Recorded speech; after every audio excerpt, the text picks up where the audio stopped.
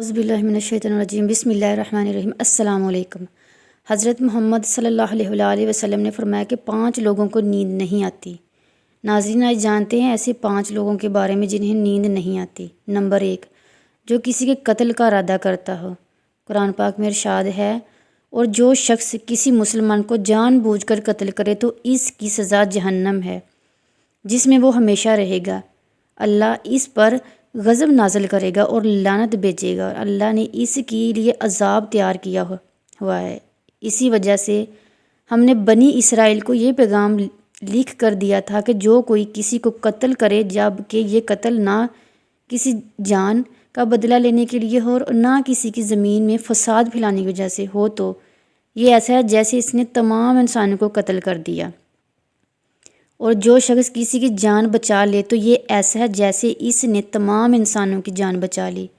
مطلب یہ ہے کہ ایک شخص کے خلاف قتل کا یہ جرم پوری انسانیت کے خلاف جرم ہے، کیونکہ کوئی شخص قتل ناحق کا ارتکاب اسی وقت کرتا ہے جب اس کے دل سے انسان کی حرمت کا احساس مٹ جائے۔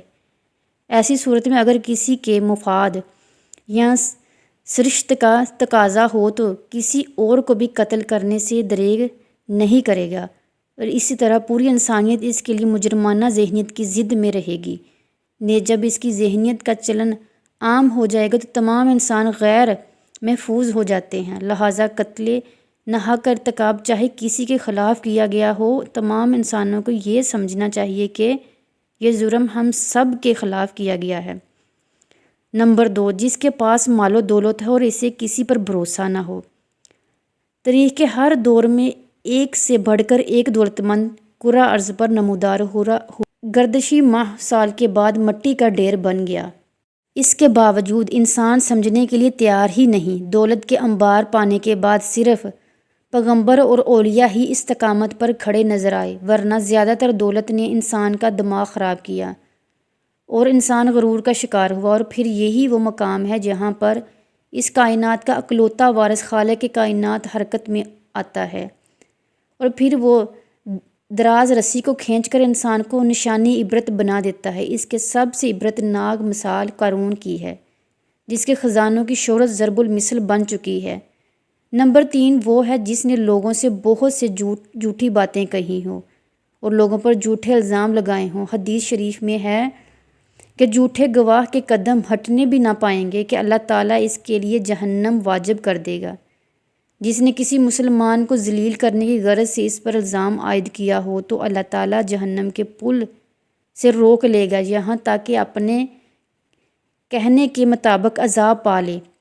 جو کسی مسلمان پر ایسی چیز کا الزام لگائے جس کے بارے میں وہ خود بھی جانتا نہ ہو تو اللہ تعالیٰ اسے جہنمیوں کے خون اور پیپ جمع ہونے کے مقام میں اس وقت تک رکھے گا جب تک کہ اپنے الزام کے مطابق عذاب نہ پالے۔ نمبر 4، وہ جس کی ذمہ داری زیادہ ہو لیکن اس کے پاس دینے کے لیے کچھ نہ ہو۔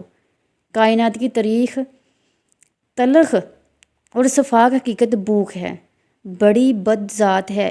بے انسان، چرند پرند اور زیرو مخلوق اپنی بھوک کے سامنے بے بس ہو جاتے ہیں۔ یہی وجہ ہے کہ موجودہ حالات کے پیش نظر غربا اور بے سہارا لوگوں کے سامنے بھوک ایک بڑا مسئلہ بن کھڑی ہو گئی ہے۔ بحیثیت مسلمان ہمارے اوپر یہ فرض ہے کہ ہم اپنے ارد گرد رہنے والے غربا اور مساکین کی مدد کریں، جو اللہ تعالیٰ کے ہاں سب سے زیادہ پسندیدہ عمل ہے۔ ایک حدیث میں آپ صلی اللہ علیہ وآلہ وسلم نے فرمایا، افضل عمل ہے کہ تم اپنے مومن بھائی کو خوشی پہنچاؤ یا اس کا قرض ادا کرو یا اسے کھانا کھلاؤ۔ صاحب استطاعت پر واجب ہے کہ وہ مستحقین کی مقدور بر مدد کرے۔ نمبر 5، وہ جو کسی کے عشق میں مبتلا ہو اور جدائی سے ڈرتا ہو۔ اسے اپنے کی جدائی کبھی بھی آسان نہیں ہوتی۔ اس جدائی کا احساس آپ کی دنیا کو برباد کر سکتا ہے اور ڈپریشن کو بڑھا سکتا ہے۔ وجہ چاہے کچھ بھی ہو، کچھ لوگ محبت کرنے والوں کی جدائی کو جلد ہی قبول کر لیتے ہیں اور آگے بڑھتے ہیں، لیکن کچھ کو ڈپریشن کا سامنا کرنا پڑ سکتا ہے، یا آپ کو رات کو سوتے وقت اکثر کروٹیں بدلنا پڑتی ہیں، تو اس کی وجہ سے جو بھی ہو مگر اس کا نتیجہ جلد موت کی شکل میں بھی نکل سکتا ہے۔